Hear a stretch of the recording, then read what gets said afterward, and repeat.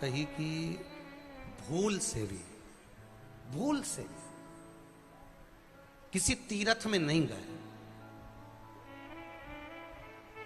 कहीं हमने गौदान नहीं करा, कहीं हम किसी तीर्थ में नहीं गए, हमने कहीं गौदान नहीं करा, हमने कहीं ब्राह्मण भोजन नहीं कराया, हम कहीं गंगा यमुना कावेरी सरस्वती नर्मदा छिपरा पुण्यवान नदी में हम स्नान नहीं कर पाए। शिव महापुराण की कथा कहती है भूलवश भी अगर पिपलेश्वर या बटकेश्वर किसी शिवालय पर भूल से भी अगर एक लोटा जल चढ़ जाता है तो देव अधिदेव महादेव सारे तीर्थों का फल अपने आप प्रदान कर देते हैं। भूल से भी चढ़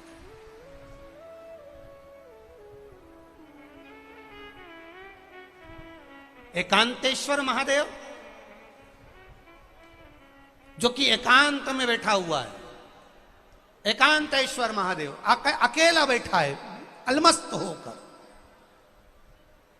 आप जा रहे हो गाड़ी लेकर, आप 4 व्हीलर गाड़ी में जा रहे हो, ट्रैक्टर में जा रहे हो, ट्राली में बैठकर जा रहे हो, क्रूजर में बैठकर जा रहे हो, 2 व्हीलर गाड़ी में बैठकर जा रहे हो और एकांतेश्वर महादेव का मंदिर दिख गया कोई एकांत में, भले उसका नाम नहीं मालूम तुमको कि कौन सा महादेव, पर अकेला बैठा है जंगल में वृक्ष की छांव में एक ओटले पर, कोई दीवार नहीं, कोई जाली नहीं, कोई गेट नहीं, कुछ भी नहीं। ये शंकर जी के मंदिर में तो ये कपाट अब लगने लगे, दरवाजे अब लगने लगे। पहले के समय में शंकर जी के मंदिर में दरवाजा नहीं होता था। क्यों? क्योंकि पिता का दरवाजा, पिता का द्वार और माता का द्वार, एक माँ के मंदिर में भी दरवाजा नहीं होता, एक पिता के मंदिर में भी दरवाजा नहीं होता। माता पिता रात भर नहीं सोते, वो अपने बच्चे की सुरक्षा के लिए खड़े रहते हैं। तो शिव के मंदिर में पहले दरवाजा नहीं होता था, कपाट नहीं होता था। शिव जी के हृदय में कपट नहीं है और मंदिर में कपाट नहीं, ये निश्चित। ओटले पर बैठा है मेरा देवदेव, एकांत में बैठा है अकेला।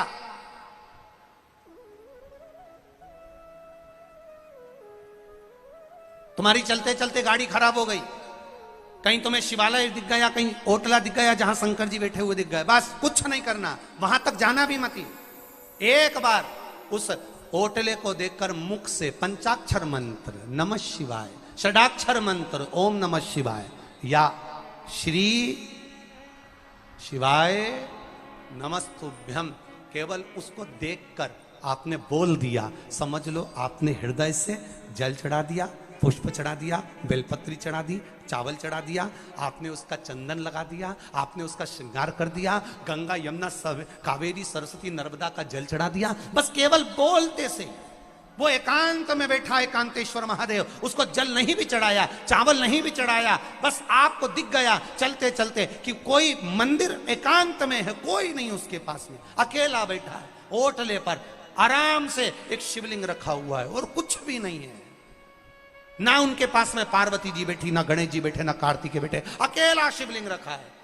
दिल से तुमने उसको पंचाक्षर कह दिया, षडाक्षर कह दिया, श्री शिवाय नमस्तुभ्यम कह दिया, समझ लो उसने जैसे कोई 12 ज्योतिर्लिंग में जाकर पूजन करता है उसका फल मिलता है, वो फल उसको तुरंत वहीं प्राप्त हो गया। केवल एक बार पंचाक्षर षडाक्षर या श्री शिवाय नमस्तुभ्यम कह देंगे, बोल देंगे,